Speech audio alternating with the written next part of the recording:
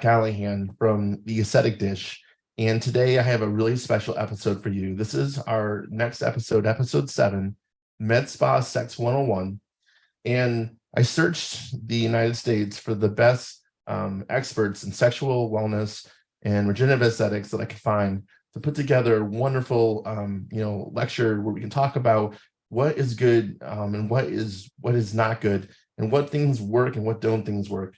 And like I said, I'm really, really excited about this group. I want to introduce first, we have Dr. Jessie Cheung, who is a dermatologist in Chicago, Illinois. She's also in New York City as well, featured in Men's Health magazine, Real Self and Vice. Welcome, Dr. Cheung. Hi, everyone.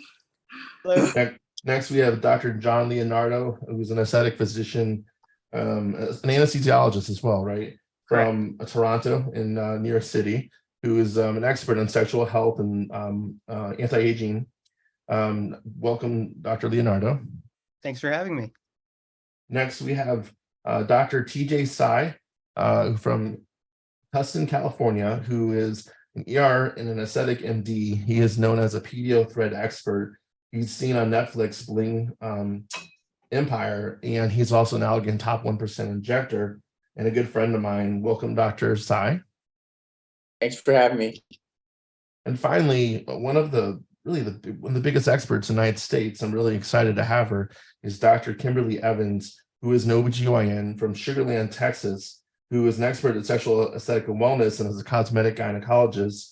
We're really lucky to have her. Thank you, Dr. Kimberly Evans.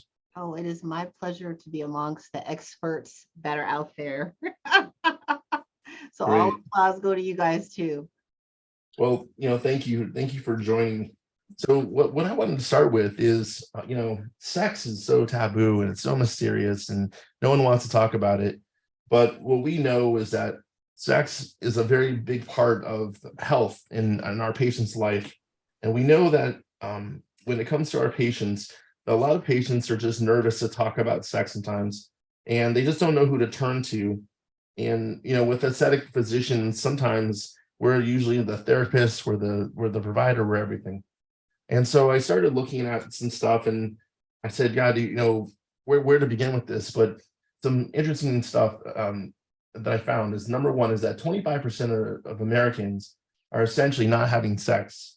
95% of Americans assume that everyone's having sex. So I thought that was pretty interesting. Adult and teenagers are having less sex than they were 30 years ago, with Generation Z having the lowest sex. And other kind of interesting facts are that, sex products and procedures are just becoming not as commonly offered to these people, because they don't know if they're out there. They don't know how to ask the questions. They don't know who to turn to. And the question is why is that happening, and why are people having less sex now than ever before? It doesn't make sense. If you look at sexual history, there's some funny sexual things I learned. For example, that one of the first vibrators that was ever developed in the world was Cleopatra would put a papyrus box full of bees that people could sit on. I thought that was interesting. Secondly, that Marilyn Monroe in her autobiography was said to never ever have an orgasm in her entire life. And then finally, that Fidel Castro is quoted as the man who has the highest body count in the world, with 35,000 women documented. So with all of these crazy sex facts out there, I think that's why we're all so confused. We just don't know anything about it, and we're scared to ask. And so by putting the experts on here, I'm really excited to find out the real truth and to kind of really explore this topic. So in the first part of it, I want to start with female sexual wellness. And some of the facts I found are that essentially that women in their 30s and early 40s essentially tend to have more sex than anybody.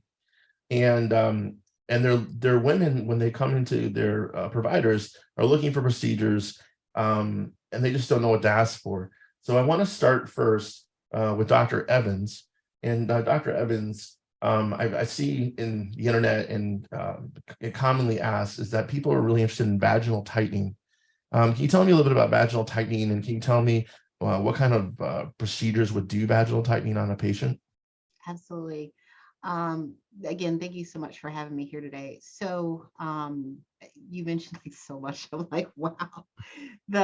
Okay, so first of all, I want to say that out of, I've seen thousands of women throughout 20 plus years of doing this, and a lot of women, we start to complain of the same thing. So as we age, we're going to have some vaginal laxity that will develop, from a multitude of things, sometimes just from simple aging, sometimes from, the lower estrogen level, things like that. So to answer your question, there are many things that are out there, but there's actually some things that are actually study proven.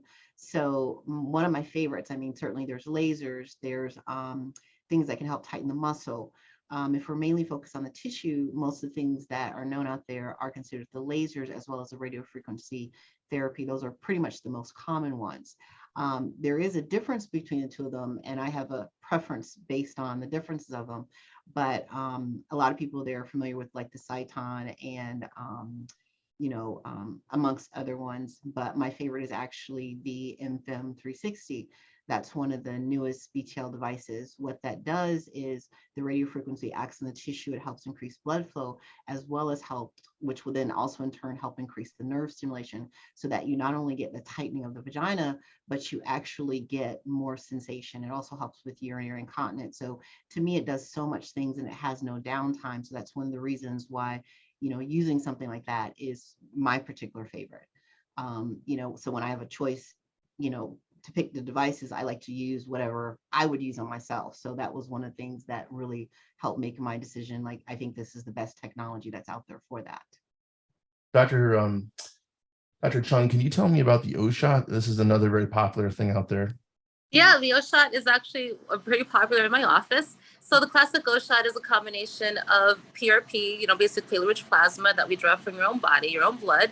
We inject that into your clitoris and also often the G spot. So that's called a kind of G spot augmentation. And nowadays, I really don't use as much PRP as I used to. I prefer using exosomes. So it's very off-label. It's not even FDA approved for anything, but exosomes are classically talked about as a topical therapy that you apply, like let's say after lasering or after microneedling. But I actually do use exosomes as an injectable for both the vagina, the clitoris, and also the penis. I think you get more, it has like hundreds of more growth factors in PRP, less inflammatory, less dependent on the patient's own health. And so I'm a big fan of exosomes, and we basically just use them, defrost them from the deep freezer, inject them as we would PRP into the clitoris and into the G-spot. What that helps us with, number one, stimulation. So because a lot of people, as they age, we think the clitoris gets less blood flow, less hormones too make a big difference. And so we're basically increasing the nerves and the blood flow to the area. And then when you make the G-spot actually a little bit bigger, it's actually easier to stimulate. And so people get the vaginal orgasms back. A lot of women I've treated have never had a vaginal orgasm, which is very sad. And so we're trying to give that joy back to their life. Great. And back to you, Dr. Evans, can you tell me a little bit about bioidentical hormones? Again, I see this is a very popular thing as well. Absolutely. So of course, as we all age, our hormones will decline. It will affect so many things in life. And as I talk to women throughout the age, they don't feel like themselves. They have brain fog. They would rather sit up and eat bonbons rather than enjoy their significant other. So it gets pretty sad to see some 30-year-olds that are also still not having sex. So with bioidentical hormones, my youngest one I treat is actually 28 because this stuff starts really early in terms of even having vaginal dryness. So what we do for that is I actually draw your blood work. I figure out where you're at. I figure out where we need to go, and then I help you make up that difference. And that's basically how we balance your hormones.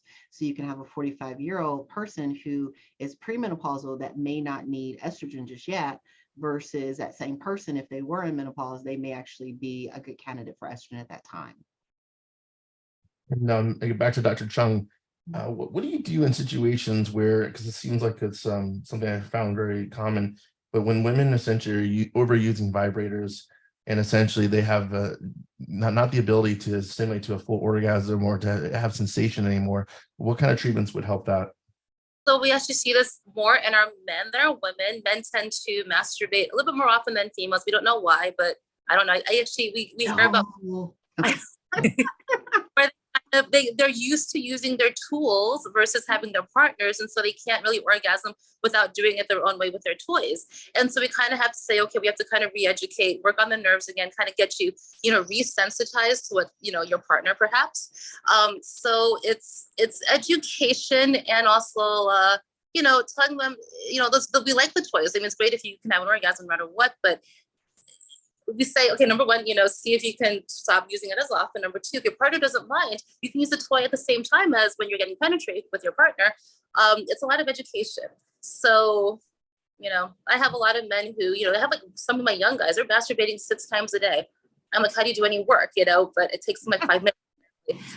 And a lot of them are watching porn too, and they can't climax without watching porn, and that's a whole other issue. So it's a lot of, I think the society, we're having less sex maybe because we're not used to having sex with other people. Number one, breakdown of relationships, COVID, we all kind of went a little crazy with that. But then I think porn is just very, very accessible too. And I think we're not used to having sex without porn, the porn star kind of look or whatever sexual, situations they have in porn. Right. I mean, we know the benefits of sex are that we increase the immune system. We know that it boosts the libido, it decreases blood pressure, decreases heart attack risk. We would want to obviously advocate for, healthy sex and great sex. The average human in the United States is having sex 54 times per year, which is once per week. And it's, in some of the other statistics I saw, signs of lack of sex are that people are feeling sad, they're picking fights, they're lacking confidence. Ultimately, this is, like I said, seems to be like a national problem that no one's really paying attention to. The other aspect of it that I found out was that around 50, it seems like women lose their sexual appetite. And essentially, we know that's related to what we were talking about earlier with the hormones. If I go back to Dr. Evans, last question about essentially with, I see a lot of things about designer labioplasties, cosmetic labioplasties. This seems to be a hot trend. Do you perform those? Are those popular? They're very popular. I mean, with women, we have so many different layers. So sometimes it's emotionally how we feel and think. Sometimes it's how we look at our bodies. Sometimes it has to do with certainly those hormones. So out of all those layers, I think the perfect way to craft the treatment is to basically look at each patient as an individual and figure out, where do we attack it first? So if it does happen to be that the labia is getting in the way, that it's rubbing on clothes, it's showing through their bathing suits and things like that, they're great candidates for that type of procedure. It does have some downtime to it. There is one radiofrequency device that actually can shrink them, more of a non-surgical, but certainly you still have to kind of a surgical background in order to know how to use it. But nonetheless, designer labioplasties are popular, just as well as vaginoplasties are, and perineoplasties. So all that stuff is, it's pretty cool when it's needed for sure. Okay. And then finally, Dr. Cheung, this will be the final question in this category. There's these pills like Addyi and Vyleesi and like Viagra-like pills, or even like peptides like PT141 that sometimes are given to females. Have you used these? Do these work? So we love them. So with sexual health, I always start with hormones no matter what, because I think you need hormones to have good sex and to keep the sex organs working. In addition to that, we love peptides. We have PT141, we have oxytocin, we have other peptides, kisspeptin, growth hormone, we have all these fun things in the office. And they definitely do work. Some people, I have them take some peptides you could take like twice a week to kind of keep it in your bloodstream. Some people just take it on call as they need before they get active. I'm a huge fan of actually a combination oxytocin PT141 because my females like it. Oxytocin is kind of the love drug, the bonding hormone. You do need it to have a good orgasm. PT141 too helps the sensitivity and also the arousal and the orgasm too. So we do a lot of hormones, peptide and steroid, bioidentical, testosterone, estrogen, all that. You just need that for sex, basically. It seems a lot of women in their queries on Google also are looking at, vaginal health, smelling better, lightening, bleaching, things of this nature. In one of the articles, it talks about there were 5 ways to have a vagina smell better. They were talking about less sulfur foods, consuming fermented food like probiotics, eating pineapples and watermelon, spraying with mint and apple cider vinegar. I've even found a peppermint oregano oil spray that kills the bad bacteria. Dr. Evans, what would you say to this? Is this like real, or is this or is there better ways to do this? Well, I'm gonna tell you something. This may make you laugh. So, after 20 years of doing this, I tell my patients, and this is me honestly, I tell them, the vagina is like a self-cleaning oven. It will take care of itself as long as you take care of it. So that can include things like, if you use your toys, making sure they're clean, making sure, also too, I tell them that the more boring you are with your sex life, the better, meaning like, get with one person and kind of stick with that person, so there's bacteria that can actually get in that area that's not supposed to be in there. And yes, that will throw off the vaginal pH for sure. And that's the problem. So no matter what you throw at it, I mean, a bomb of, I don't know, coconut scented fragrance, whatever you want to do, it's still going to like be bad if the bad bacteria is there. So you really do have to, first of all, if it's a medical problem, treat the medical problem. And then certainly help rebalance it and then keep it like it is. So hopefully that helps. Dr. Cheung, if you were trying to get a woman's testosterone in a therapeutic range, and I know this, it's kind of a weird question, what's the number specifically that you're looking to aim for a female? I do a lot of pellet therapy, and I like the total testosterone anywhere from like 150 to 250. Most people feel good around 220s. I've been on hormones for years. I love my hormones. I get very cranky when they start to run low, but definitely help my libido. Yes. Yeah. All right. So next, let's jump into the males. I got the two best guys here for males for sure. And start off with the average penis size. This is not Dr. Size. This is the average size. Is 5.16 inches erect and 3.6 inches flaccid. And the girth, the average flaccid girth is 3.7 inches and erect is 5.1 inches. Officially, it says the penis stops growth at 18, so that's good to know, even though it seems like your nose and your ears grow, your penis does not grow after 18. I was, surprised by that. And lastly, with males, it seems like the average males loses virginity at 16.9 years of age, and essentially is walking around with 14.1 liters of semen in his body, and essentially in ejaculate is an average of 1 to 2 teaspoons of ejaculate. So it's kind of a weird thought, right? Anyways, men will pay anything, right, to have bigger penises, stronger penises, and better working penises. I've seen that in my career for sure. And you guys offer all kinds of really cool products and procedures to guys to make them feel more confident, to feel better. So let's start with Dr. Leonardo. Dr. Leonardo, if you can tell me about, because I think you even have like the patent, the trademark for this, but is what they call Grotox or Scotox. And I think there's another thing you have, it's called P-fill? P-fill or P-fill. penis fill. Yep. So can you tell me about those things? Sure, absolutely. So I basically, I guess my claim to fame is Botox and fillers for the penis. And Botox of late has made the news because Dr. Runnels has come up with Bocox. And I actually met with him in November and I told him I was doing penile Botox for over 3 years now. And in Canada, I trademarked the name Grotox, Botox for growers. In the United States, I'm working on that patent or the trademark. In Canada, I have trademarked Scotox. Someone else in the United States already trademarked Scotox.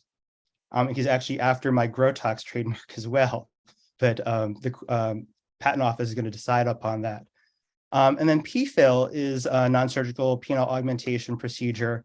I actually am a co-author in a Radius textbook. The chief editor is Yanni Van Logem, and I contributed a chapter on penile augmentation using Radius.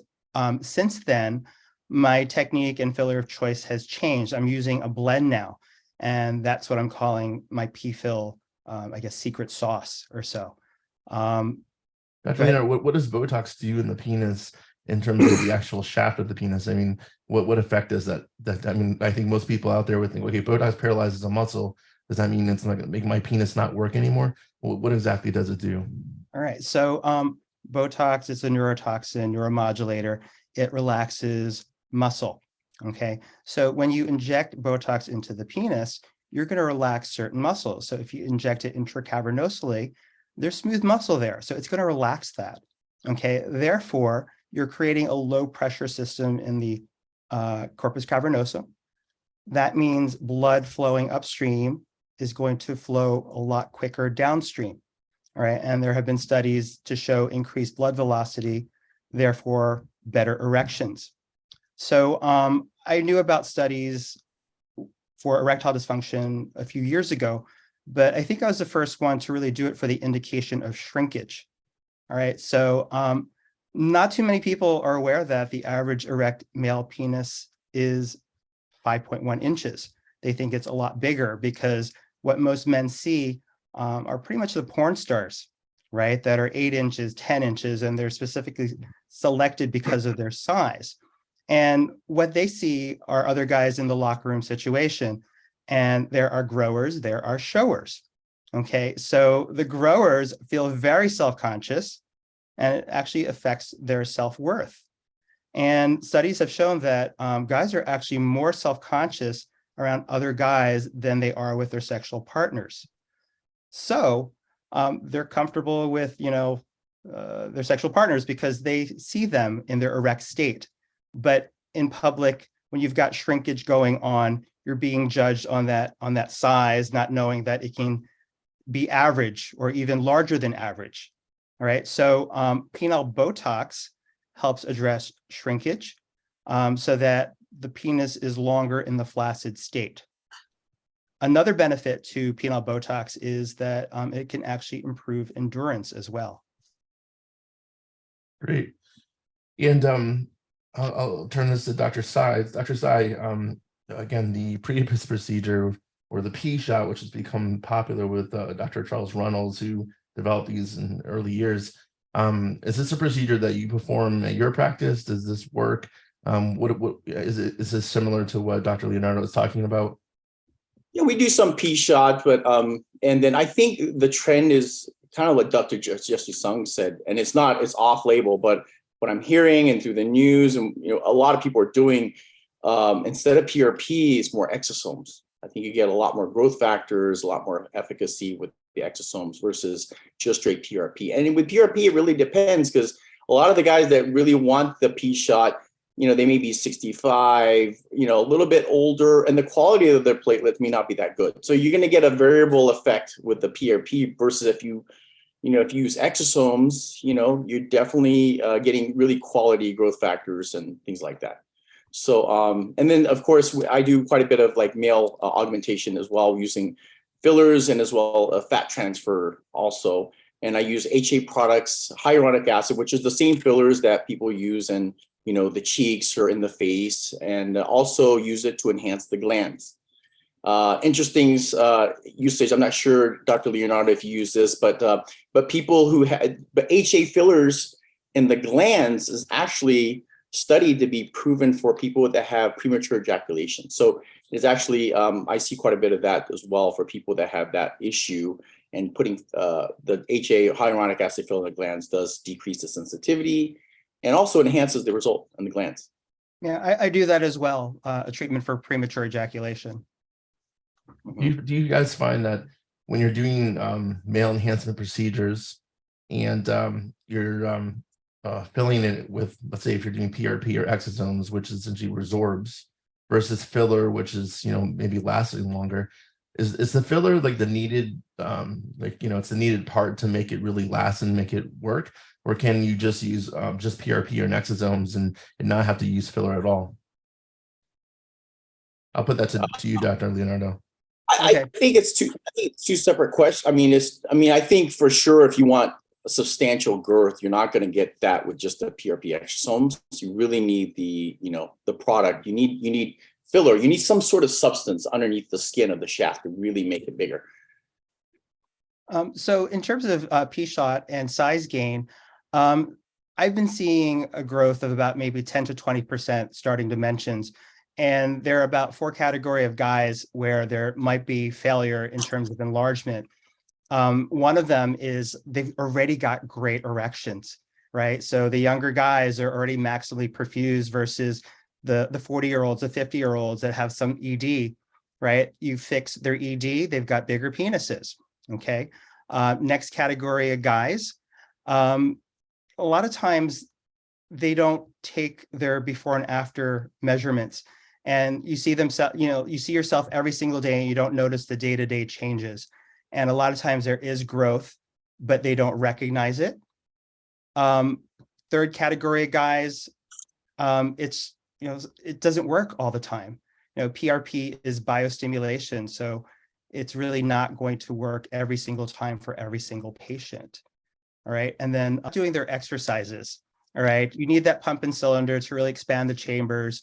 The PRP also responds to injury. So you're creating microtrauma from these exercises, just like lifting weights, right? You create microtrauma, the body repairs itself.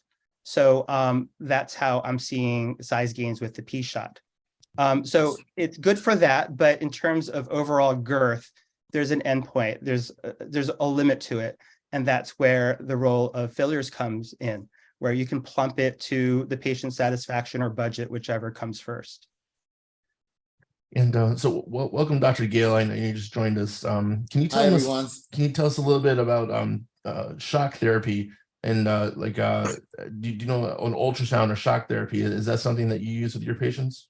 Well, I used to do a lot of pulse shockwave therapy for about 5 or 6 years. I was doing pulse shockwave therapy. Of course, you guys know Dr. Gaines. And then the other company took his name, made Gaineswave, and I advertised with them for about 5 years. But when the pandemic came, I'm in New York City, we completely shut down and I actually stopped doing that. But pulse shockwave therapy was great. And you guys may have already talked about this, and I'm sorry if you did. It really does work. It does stimulate new blood flow. It does clear out some blockages in blood flow. So for older guys with poor circulation, it does work well to unclog the blood flow. I used to tell the guys, and if your blood flow is clogged, we do stimulate new vessel growth. So that's really nice. And you do get a little bit of improvement in the muscle, but very little in that regard with pulse shockwave therapy. So it does help, but I don't know, did you guys tell me, we talked a little bit earlier about peptides, and we're talking about PT141, but we haven't talked about ipamorelin or CJC 1295. Let's say you have a guy, you boost his testosterone to good ranges by either injection or pellet. He's doing well. Where does peptides fit into that? Essentially, there in this, what we're talking about here, what you guys have been talking about, of course, you talked about PT141. My other favorite peptide for this is kisspeptin. If you're familiar with kisspeptin, it does have a way to increase a small boost in endogenous testosterone. But here's the beautiful part of kisspeptin. For older guys who complain about ejaculate, saying that they're just kind of dry, there's nothing coming out, their partner's very upset, they feel that she's not satisfying him or whoever's not satisfying, and kisspeptin is able to increase ejaculate. So a lot of, I want to say a lot of my patients really are thankful for that effect. Okay. Dr. Tsay, are there other procedures that you do in your office that essentially help the males in terms of either, activity, size, quality of sex that we haven't spoken about so far? I think we covered it. I mean, the main thing is what I do the most for the men is the penile augmentation, is the growth enhancement and the fat transfer and the glands, and of course the PRP. I used to do hormone replacement therapy, and I stopped doing it a few years ago. It just became very taxing. I absolutely believe in it because I'm on it, and I'm a testimony to its effectiveness on testosterone and growth hormone and everything like that. But it was a lot for me and the staff to handle in terms of my staffing. So I kind of stopped doing it. So I refer that out. But yeah, girth enhancement is the primarily what I do, like on a very regular basis. Okay.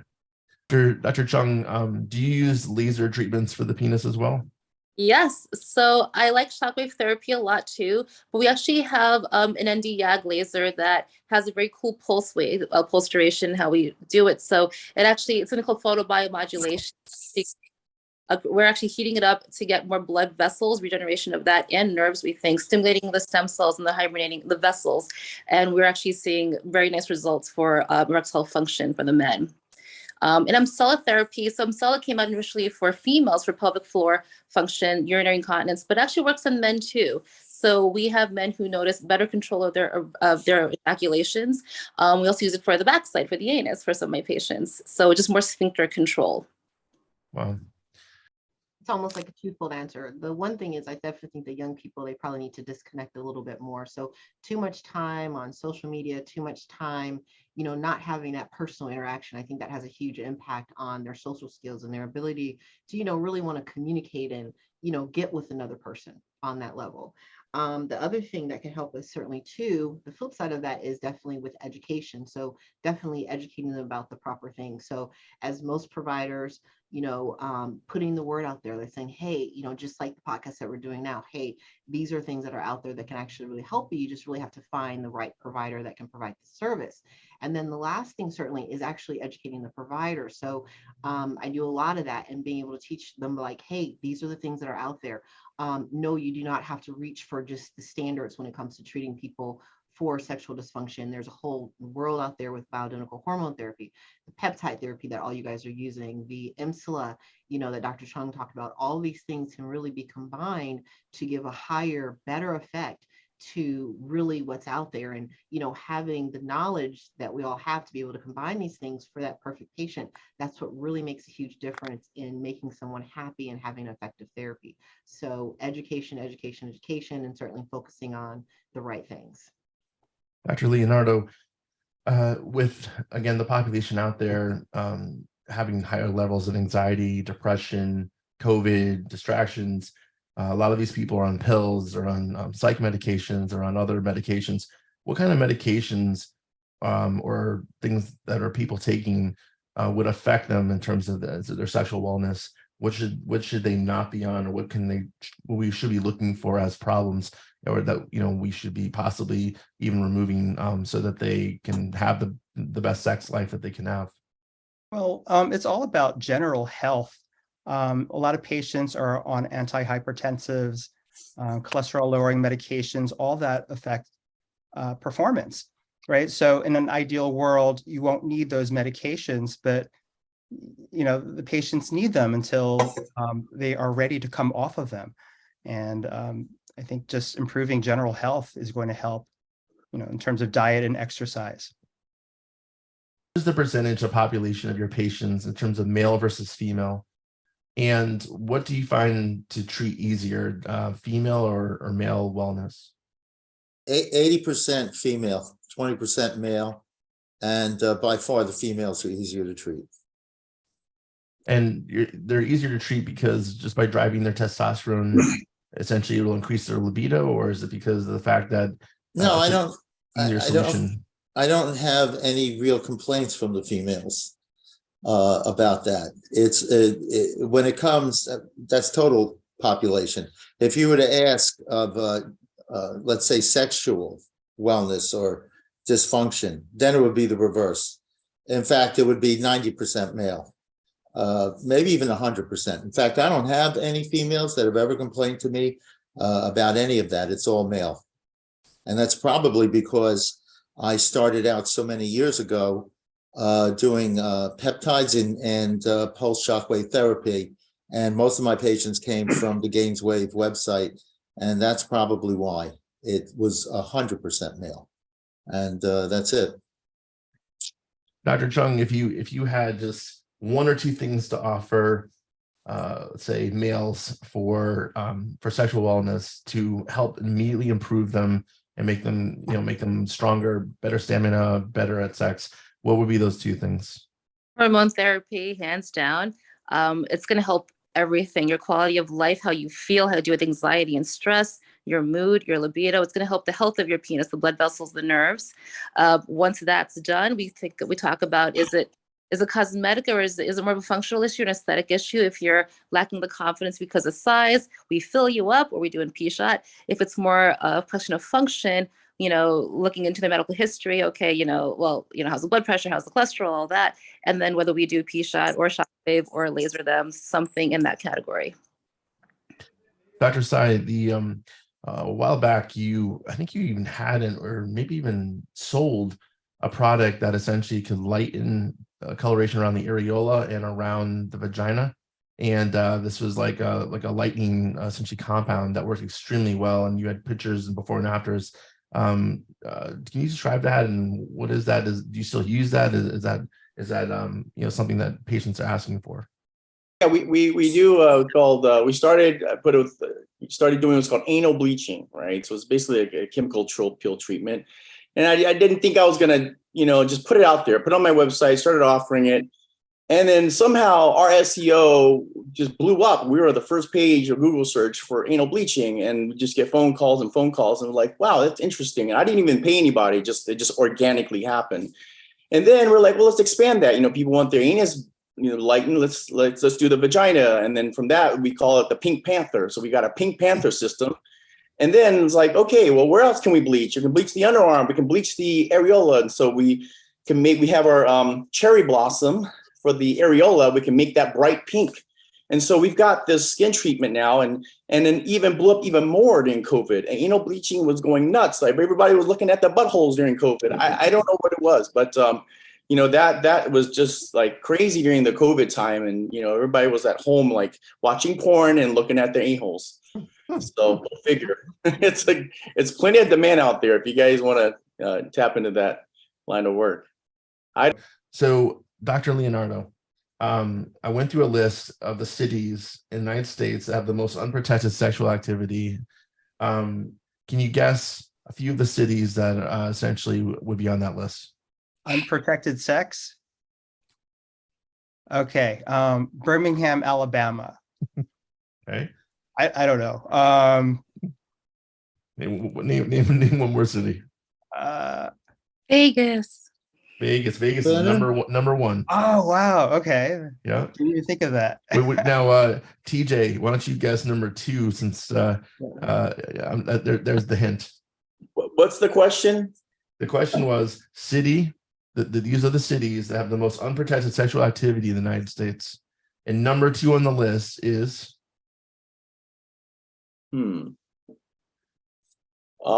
Vegas was number one. Yeah. I don't know. San Francisco.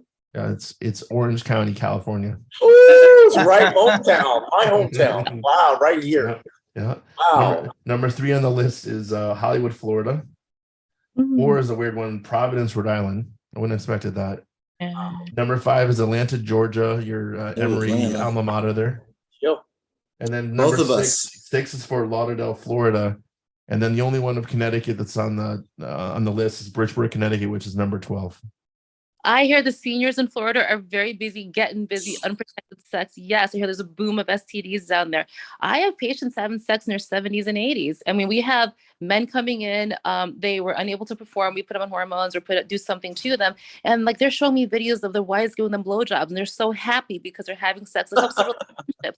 I mean, they're retired, they're not busy. They have time to have sex like 3 times a day, and they can do it 3 times a day. It's pretty awesome. I'm all for it. Great. That's awesome. Yeah. All right. Here's another question for you guys. I'll start, and this we'll just go through the whole panel here. Dr. Evans and Bill, take your glasses off because the reflections off the glasses. Yeah, you look more handsome there. All right. So starting with Dr. Evans. Dr. Evans, what song do you think is one of the most romantic or sexiest songs of all time? Oh my goodness. Prince, I Adore You. Okay, that's a good one. Dr. Leonardo.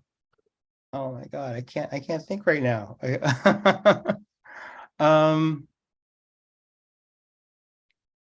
Marvin Gaye's Sexual Healing. Okay. Jesus. Dr. Tsay. I guess my age, but Sade's got some good love making music. Okay. Dr. Cheung.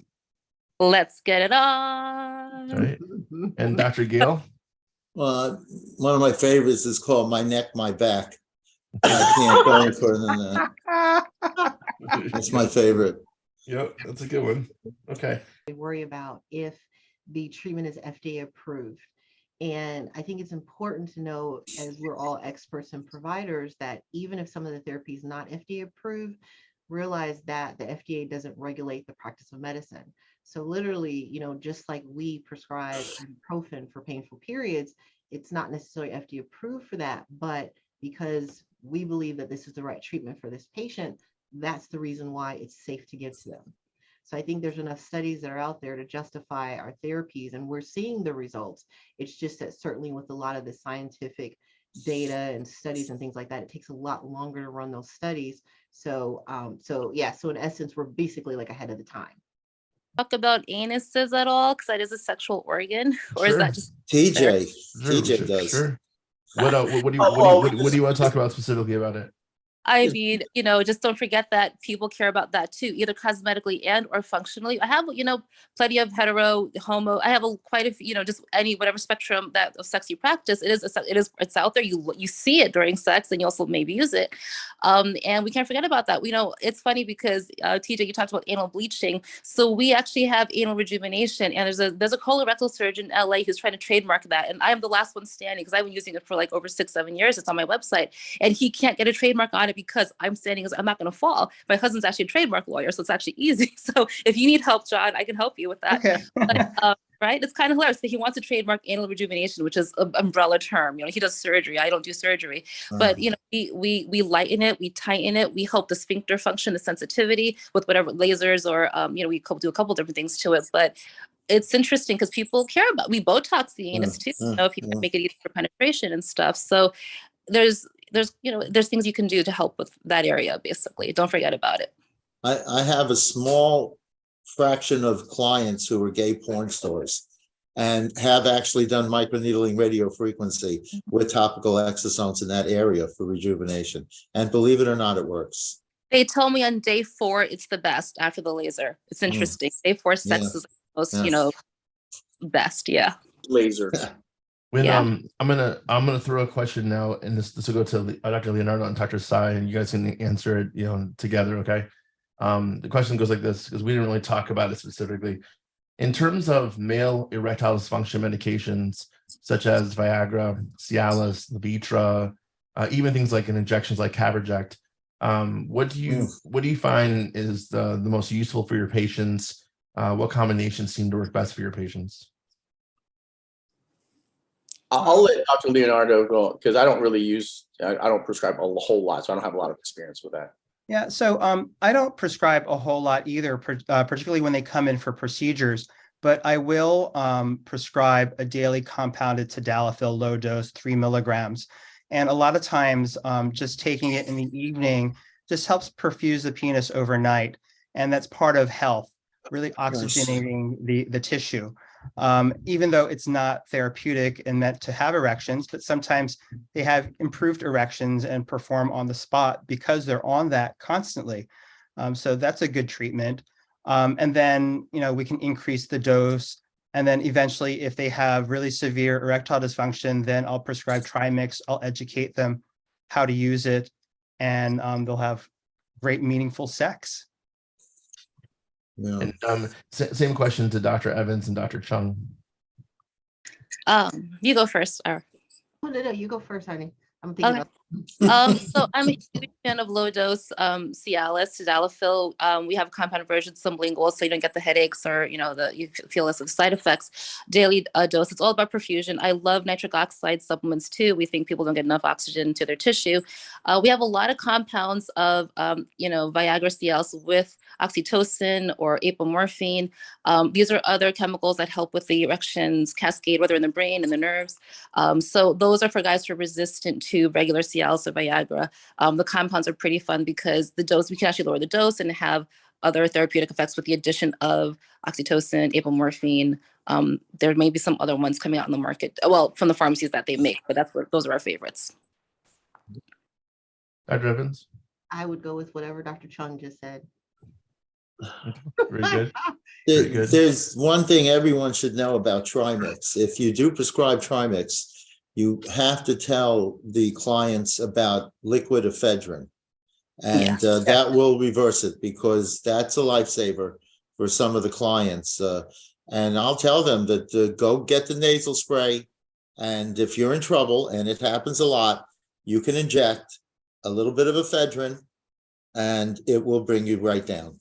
So it's a lifesaver sometimes, and it's right off the nasal congestion counters in your CVS or whatever drugstore you go to. So that really can save you. Yeah, it's part of my consultation when I educate them about Trimix, because there are also certain maneuvers that you can do or perform to abate the erection, like doing squats, really diverting blood to the lower extremities. Also using ice or just cold water as well. That's something that helps. And then ephedrine. In fact, I actually learned from one of the clients of mine who was in the industry that I was talking about. He's the one who told me that if you prescribe this, because I was prescribing it to him, he told me how ephedrine helped him. And I was like, what? The stuff to nasal spray like? And he's like, yeah. And sure enough, I looked at it and it is really helped. So everyone on Trimix, I let them know, have that nasal spray ephedrine near you in case you need it. That's funny. That's funny because I had a gay porn star educate me all about Trimix and also the ephedrine. Yeah, that's how I learned. Yeah. Well, I worked 20 years in the ER, and that was a common thing that I would see as well. And so that's kind of how I got comfortable with just even learning about doing the P shot, is because I used to treat Priapism. And the common story is this: they would come in and their doctor would tell them, well, just get 0.25 dose. And they go, well, if 0.25 works, 0.5 is even better. So they would just overdose themselves constantly. And then I have to put a big 18 gauge needle in there and, aspirate like 100 cc's of blood and then give them a little neosinephrine inside the cavernous. So, and it would come down. But yeah, all the time in the ER. Did you nerve block them at least? No, because they're coming in screaming bloody murder. And it's an emergency. Oh my God. They're like, I'm dying. So the 18 gauge goes in right away. I've had to drain 2 priapisms, and I do a nerve block, and they're comfortable, and it's easy. Like I don't screw around with like the phenylephrine anymore. I just do a nerve block and just drain it, and it's like boom, they're out of here. Wow. But guys, the scarring you get after Trimix. I've had some men who come in, they've been on Trimix for years, and the scarring in the penis is pretty bad. I mean, have you seen that in the skin where they're injecting? I haven't. It's part of my consent also. But I also recommend perhaps a P shot if that were to happen, because it's anti-scarring. So we're on board with it. And a lot of them also had the P shot already. To change the topic just quickly, and again, to a question to all of you, can you give a story of how you've affected your patients' lives in terms of like husbands and wives and families essentially improve their sexual performance, where you put a marriage back together, or the wife wasn't having sex, or the husband wasn't having sex for whatever reason, and then all of a sudden they improve that, now their marriage is so much better. Do you guys have any stories like that?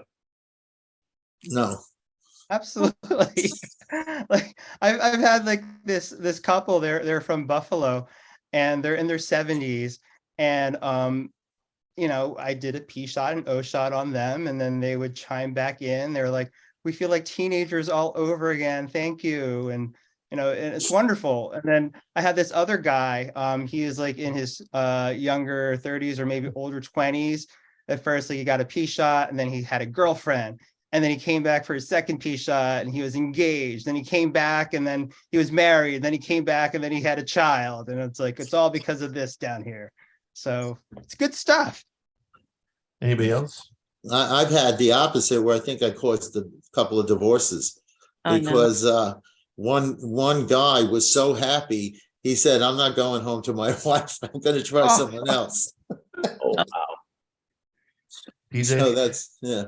So I have a funny story. So I had a young woman. She's in her early 40s, but she had an older husband that was in his mid 60s.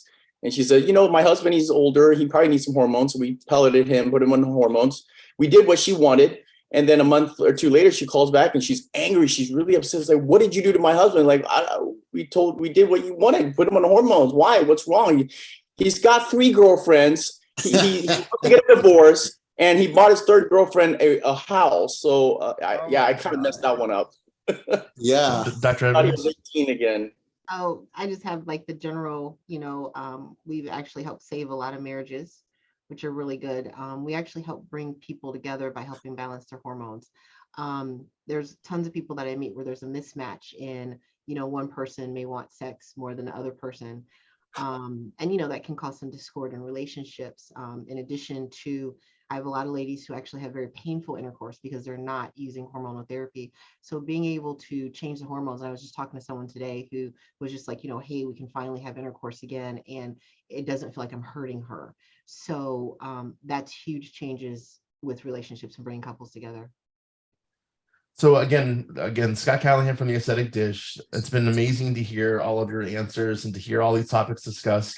If you have any further questions or for any of these specialists, we're going to be putting their Instagram handle and their information on the end of the page so that you can seek them and seek their advice. These guys know it all, and they're ready to answer all your questions. They have great staffs and teams ready for you. And again, I want to thank all of you guys, sitting here for this hour and really going over this with me. I know you can do a thousand things, and I really am grateful for your time and energy. So thank you guys so much. Welcome. Thank Thank you you. for inviting us. You. Oh, Okay.